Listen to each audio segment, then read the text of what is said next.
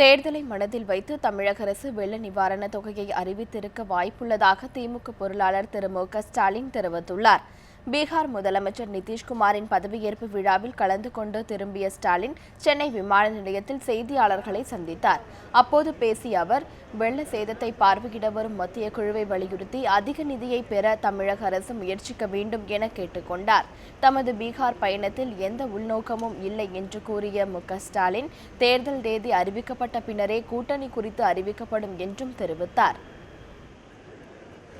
தேர்தல் நேரத்தில் இதை பயன்படுத்துறதுக்கு நிச்சயம் பயன்படுத்துவாங்க. ஆனால் மக்கள் அதுக்கு வந்து ஏமாறுறதுக்கு தயாராக இல்லை. அவ்வளோதான் என்னுடைய கருத்து. பெரிய கூட்டணி தான் வந்து ஜெயிச்சிருக்கு. இப்போ அது மாதிரி திமுக தலைமையில் ஒரு பெரும் கூட்டணி அமையுமா? தேர்தல் தேதி அறிவித்ததுக்கு பிறகு கூட்டணி அமையும்.